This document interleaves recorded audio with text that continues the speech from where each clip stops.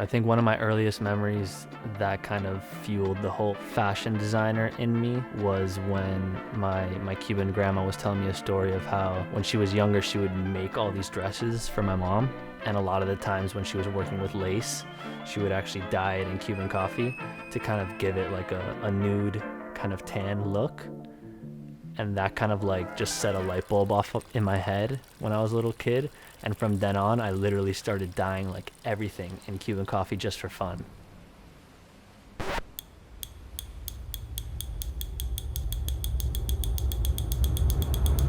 Earliest life memory, it'd probably be on a beach in Anguilla. That's kind of like all we did was the beach. Probably from like 2 to 9 years old, lived in Anguilla.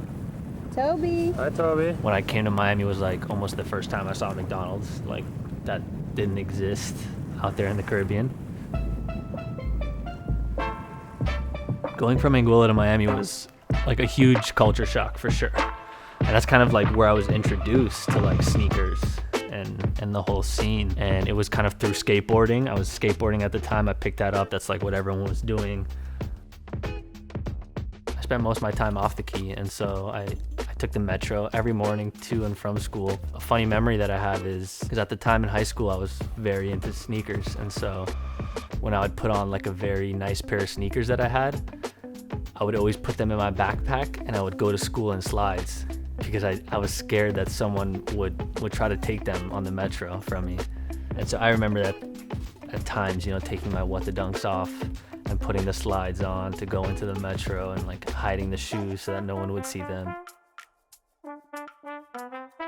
I think my work was definitely a natural response to kind of moving to Miami. All the leaves or anything from any of the patterns, any of the shirts are all things that I've photographed and have just found either in my backyard or walking around the neighborhood.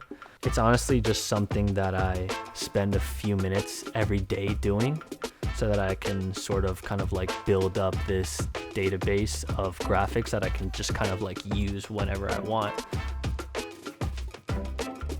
I think like for me, when I look at some of my work, for example, some of the sunstressed stuff, it's almost like there's so much commotion and so much like showstopper partying going on in Miami that like I think a lot of people overlook all of these like beautiful things around them.